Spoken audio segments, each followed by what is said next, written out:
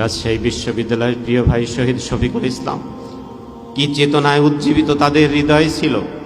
রমজান মাসের 10 তারিখ এমনি ইফতার মাহফিলে বক্তব্য দিতে গিয়ে তার মুখ দিয়ে বেরিয়ে আসছে, রব্বুল আলামিন মাহে রমজানের প্রথম দশক অতিবাহিত হলো, দ্বিতীয় দশক যেখানে কোরআনের বিজয় শানিত হয়েছিল।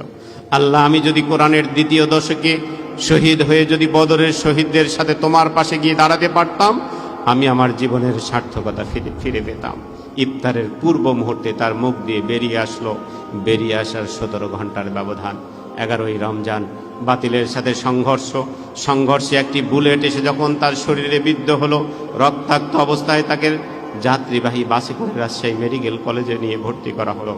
মেডিকেল কলেজে ভর্তি করার পরে কর্তব্যরত ডাক্তাররা যখন তাকে চিকিৎসার জন্য এগিয়ে এসেছে, কর্তব্যরত ডাক্তারদেরকে তিনি বলছেন, হে কর্তব্যরত ডাক্তাররা, তোমরা আমাকে রোজা ভাঙ্গার অপরাধী করে আল্লাহর কাছে পাঠিও না। তোমরা বলো আমার বিশ্ববিদ্যালয় কেমন আছে, আমার ক্যাম্পাস কেমন আছে, আমার আন্দোলনের ভাইয়েরা কেমন আছে।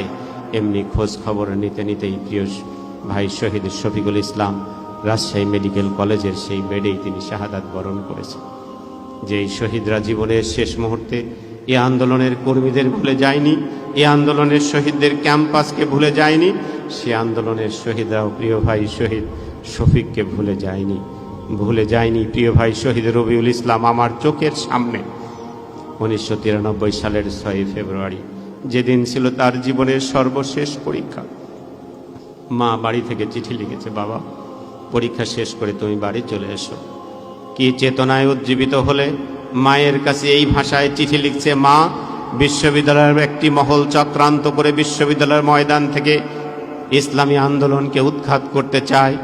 মা, আমি যদি পরীক্ষা শেষ করে বাড়ি চলে আসি আর এই বিশ্ববিদ্যালয়ের অঙ্গনে যদি বাতিল শক্তি এই আন্দোলনের কর্মীদের উপরে আঘাত হানে, আমি সেই রক্তাক্ত কর্মী শহীদদের আসামির কাঠগড়ায় দাঁড়িয়ে আল্লাহর কাছে কিভাবে জবাব দেব। মা, আমি যদি সত্যি এই বিশ্ববিদ্যালয়ের ময়দান, যে ময়দানে দিনের ঝান্ডার জন্য আমি শপথ গ্রহণ করেছি, মা, এই বিশ্ববিদ্যালয়ের বাতিলের সাথে সংঘর্ষ যদি হয় আর যদি কোনো একজন ভাইয়ের রক্ত ঝরে, কোনো একজন ভাই শহীদ হয়, তার নাম যেন হয় রবিউল ইসলাম।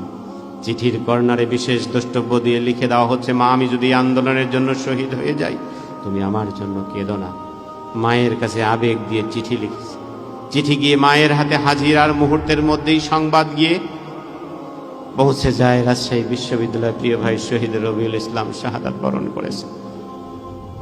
যেই যুবকটি জীবনের সর্বোচ্চ ডিগ্রি মাস্টার্স পাশ করে মায়ের কোলে ফিরে যাবে, মা চিঠি লিখেছে তুমি বাড়ি চলে আসো। সেই যুবককে নিয়ে যখন কফিনে জড়িয়ে আন্দোলনের দায়িত্বশীলরা যখন তার বাড়ির দিকে রওনা হয়, আমার চোখের সামনেই দায়িত্বশীলদের দৃশ্য সত্যি ভাষায় প্রকাশ করার মতো না। চিৎকার করছে, গড়াগড়ি করছে, কাঁদছে। কফিন নিয়ে যখন তার মায়ের বাড়িতে গিয়ে হাজির হওয়া হলো, মা ঘর থেকে সেই চিঠিটি বের করে নিয়ে এসে আন্দোলনের দায়িত্বশীলদেরকে সান্ত্বনা দিচ্ছে, বাবা তোমরা কেঁদো না, আমি তার মা, আমাকে কাঁদতে নিষেধ করেছে, তোমরা আমার রবিউলের জন্য দোয়া করো, আল্লাহ যেন তার শাহাদাতকে কবুল করে নেয়।